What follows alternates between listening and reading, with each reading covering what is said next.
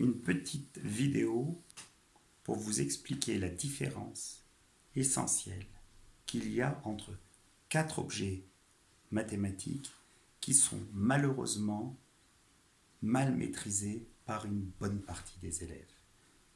Quand je dis mal maîtrisé de langage, des abus de notation. Alors ces 4 objets mathématiques sont précisément la fonction f, j'aurais pu de toute évidence choisir une autre lettre, le réel f de x, l'ensemble d de f et la courbe représentative c de f. Alors, déjà, pour pouvoir différencier ces 4 objets mathématiques, il faut de toute évidence comprendre ce qu'est une fonction. En voilà un terme qui a été depuis petit utilisé, réutilisé des centaines et des centaines de fois, mais qui parmi vous, même parmi les terminales, qui est capable de donner une définition rigoureuse de ce qu'est une fonction? Alors, qu'est-ce qu'une fonction? Et une fois que vous avez compris ce qu'était une fonction, vous allez vous rendre compte qu'il y a réellement une différence entre les 4 objets mathématiques que j'avais notés au tableau et que je viens d'effacer. Alors, le principe même d'une fonction, déjà, on va essayer de comprendre les choses. Alors, supposez que, je dis bien supposer, vous avez la possibilité de supposer ce que vous voulez, que à la sortie du confinement, vous allez vous retrouver devant une première machine, puis une seconde et ainsi de suite. Donc vous arrivez devant la première machine, avant de croiser le premier humain, et la machine, vous allez vous rendre compte qu'il y a différentes machines. Alors cette première machine, la première que vous allez croiser, je vais l'appeler la machine F, et elle va vous envoyer un message en disant « Donnez-moi un nombre. Si jamais c'est possible, je vous déterminerai le triple. » Vous allez être surpris en sortant du confinement, à ce que ce soit une machine qui vous adresse les premières paroles. Reprenez, donnez-moi un nombre et si j'en suis capable, je vous déterminerai son triple. Alors vous allez lui dire 5, elle va vous dire 15, c'est ça, 2, elle va vous dire 6, racine de 5, elle va vous dire 3 racines de 5, moins 2 tiers, elle va vous dire 3 fois moins 2 tiers, et comme elle s'est simplifiée, elle va vous dire moins 2, et à un moment, vous allez lui dire x, elle va vous dire 3x. Et là, quel que soit le nombre que vous allez lui déterminer, elle va pouvoir toujours vous déterminer un résultat en sortie. Alors maintenant, on va expliquer tout ça. Donc le nombre que vous allez entrer, x, en entrée, dans cette fonction f qui consistait à déterminer son triple, à ce nombre x, vous allez lui associer le nombre que l'on note f de x, et qui dans ce cas précis est égal à 3x. Donc f de x, c'est précisément ce qu'on désigne comme étant l'image de x par la fonction f. Et dans ce cas précis, cette fonction est définie tout le temps. Quel que soit le nombre réel x, il lui associera forcément un triple. Donc l'ensemble de définition, c'est R. Donc attention, ne pas mélanger les deux choses. F de x, c'est le nombre égal à 3x. D de f, c'est l'ensemble de définition de la fonction, à savoir ici R. Et la fonction, c'est le procédé qui, à tout nombre x de son ensemble de définition R, associe le nombre f de x égal à 3x. Donc, vous avez vu qu'ici, il n'y avait pas de souci. vous traversez la rue, et avant de croiser le premier humain en sortie de confinement, vous croisez votre deuxième machine. La deuxième machine s'adresse à vous et vous dit « Donnez-moi un nombre. Et si jamais c'est possible, je vous détermine son inverse. » Vous allez dire inverse, inverse, inverse. Parce que vous êtes déjà nombreux à confondre, et depuis petit, les inverses avec les opposés. Donc ici, gardez en tête l'inverse. Donc, cette machine, elle s'appelle G. Et vous allez tout simplement lui dire 5, elle va vous répondre 1 sur 5. Vous allez lui dire 3 demi, elle va vous répondre 2 tiers. Vous allez lui dire moins 2 racines de 7, elle va vous dire moins 1 sur 2 racines de 7. Et à un moment, vous allez dire, allez, mais j'ai compris, x.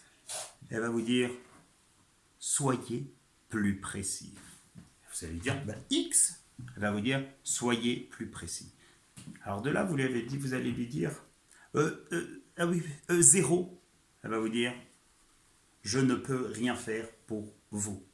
Alors pourquoi elle ne peut rien faire pour vous? Tout simplement parce que le nombre 0 n'a pas d'inverse.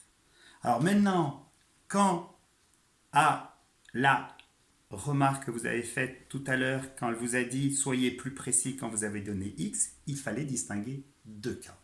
Donc, quand vous lui dites x, il fallait lui préciser x différent de 0, et dans ce cas, l'inverse serait 1 sur x. Et dans le cas où x est précisément égal à 0, il n'y a pas d'inverse. Donc, en résumé, la fonction g, la fonction inverse, est le procédé qui a tout nombre x de l'ensemble de définition de g, qui ici est tous les réels excepté le seul qui n'a pas d'inverse, à savoir 0. Donc que l'on note soit R étoile, soit R privé de 0, ou, si l'on veut, moins l'infini 0 exclut union 0 plus l'infini, associe le nombre g de x égale à 1 sur x.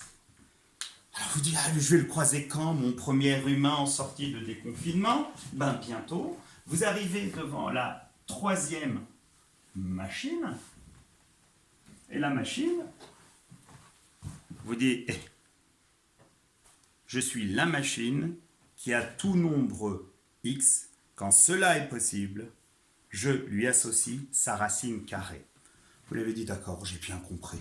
Allez, 3, elle vous dit racine de 3, vous dites 4, elle vous dit 2. Vous réfléchissez, vous dites, ah oui, racine de 4 donne bien 2. Vous dites 9 cinquième, elle vous dit racine de 9 cinquième, 3 sur racine de 5, ou 3 racines de 5 sur 5, vous dites, oh, trop rapide pour moi. Vous prenez une feuille, un stylo et vous vérifiez que tout ce qu'elle vous a dit est juste. Vous lui dites 0, elle vous dit 0. Ah oui, c'est ça. 1, elle vous dit 1. Et après, vous lui dites moins 9. Et là, elle vous dit, je ne peux pas. Vous venez de comprendre pourquoi elle vous a répondu, je ne peux pas. Parce qu'un nombre négatif n'a pas de racine carrée. Donc maintenant, précisément, à quel moment va-t-elle pouvoir vous donner une image, c'est-à-dire associer au nombre que vous donnez une valeur uniquement si le nombre que vous lui déterminez est un nombre qui est positif.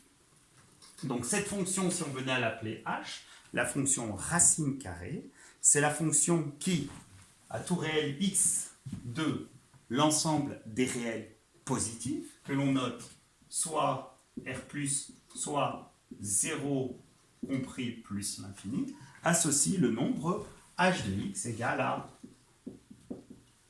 racine carrée de x. Donc la fonction h ici, ça correspond à ce processus, ce procédé, cette machine si vous préférez, qui a tout nombre x de l'ensemble de définition d de h égale à R+, associe le réel égale à racine carrée de x.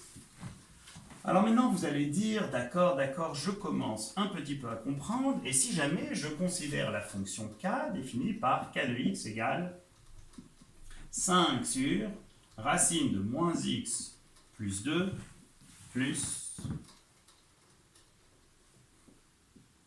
3 sur 3 sur x. Et je vous demande précisément quel est l'ensemble de définition de la fonction k. Et attention, arrêtez de dire la fonction k de x. La fonction k qui a tout réel x de l'ensemble de définitions qu'on va déterminer par la suite associe ce nombre k de x égale à 5 sur racine de moins x plus 2 plus 3 sur x. Alors, la question qu'on va se poser, c'est quand est-ce que cette quantité k de x existe? Quelles sont les conditions à imposer pour que cela existe? Alors sachez qu'à jusqu'en première incluse, les seules contraintes d'existence, elles sont au nombre de 2. La première, si vous venez à écrire A sur B, vous le savez depuis le collège que cette quantité n'a de sens que si B est différent de 0. Et la deuxième, c'est si jamais vous avez une écriture de la forme racine de C, vous le savez aussi depuis le collège que cette quantité n'a de sens que si C est supérieur ou égal à 0. On verra par la suite, pour les terminales, il y a une fonction particulière pour laquelle il va avoir des contraintes d'existence, qui est précisément la fonction logarithme népérien. Alors, pour que k de x existe, regardez la présentation assez simple pour déterminer un ensemble de définitions. On va écrire k de x existe si et seulement si, et là, on va donner l'ensemble des contraintes d'existence. Alors la première, ici on a un dénominateur et en plus on a une racine carrée. Donc il y a une double contrainte. La première, il faut que l'expression sous la racine carrée soit supérieure ou égale à 0. La deuxième contrainte, il faut que l'intégralité du dénominateur soit différente de 0. Et la dernière contrainte, il y a à nouveau un autre dénominateur. Donc ici, il y a un dénominateur, ici, il y en a un deuxième. Et il faut que x soit différent de 0. Alors, si vous venez à regrouper les deux premières contraintes, vous vous ramenez à moins x plus 2, strictement positif, à la contrainte, vous allez rajouter x différent de 0. Alors maintenant, on va résoudre cette inéquation. Attention, ça fait moins x strictement plus grand que moins 2. Et comme dans ce cas, on va diviser par ou multiplier, si vous voulez, par moins 1, qui est un nombre strictement négatif, gardez en tête que dans une inégalité, c'est la seule différence avec les équations, avec les égalités. Quand on multiplie ou divise par un nombre strictement négatif, on change le sens de l'inégalité. Donc ici, on va voir x strictement inférieur à moins 2 sur moins 1, ce qui donne 2. Et en même temps, x différent de 2. Donc tout ça pour vous dire que k de x existe ici, si et seulement si ces deux contraintes sont vérifiées, à savoir si x est strictement plus petit que 2 et en même temps différent de 0. Donc ici j'ai 2, ici j'ai 0. Je change de couleur pour représenter l'ensemble de définitions. Je dois être strictement inférieur à 2 mais différent de 0, en ce sens que l'ensemble de définitions va correspondre à moins l'infini 0 exclu, union. Donc en conclusion, d de k égale moins l'infini 0 exclu, union 0 exclu 2 exclu. Maintenant, vous pouvez passer des heures et prendre des centaines et des milliers d'exemples. Mais là, c'était pour vous donner les contraintes d'existence d'une fonction. Alors maintenant, il va rester un dernier point à voir, c'est celui que j'ai volontairement laissé pour la fin, à savoir ce qu'on note comme étant C de f. Alors C comme courbe représentative de la fonction f. Alors, je prends un repère et je trace cette courbe. Alors comme vous pouvez le constater, alors ici volontairement la courbe elle partirait de là, ce nom je vais l'appeler petit a, elle irait ici, elle continuerait indéfiniment. Donc, comme vous pouvez le constater, la courbe représentative de cette fonction est formée d'une infinité de points, donc c'est l'ensemble des points m, forcément d'abscisse x, et comme c'est un point m de la courbe représentative de la fonction, son ordonnée sera x. Attention, x ne peut pas prendre n'importe quelle valeur réelle. X appartient à ce qu'on appelle l'ensemble de définitions de la fonction, Et dans ce cas précis, la courbe démarrant de ce point pour finir à l'infini, l'ensemble de définitions, donc x appartient à d de f, où d de f, c'est l'intervalle a fermé plus l'infini. Alors tout ça, et on finira en ce point, que désigne-t-on par la courbe représentative de la fonction f? C'est l'ensemble des points m de coordonnées x, f de x, où x appartient à l'ensemble de définition de la fonction.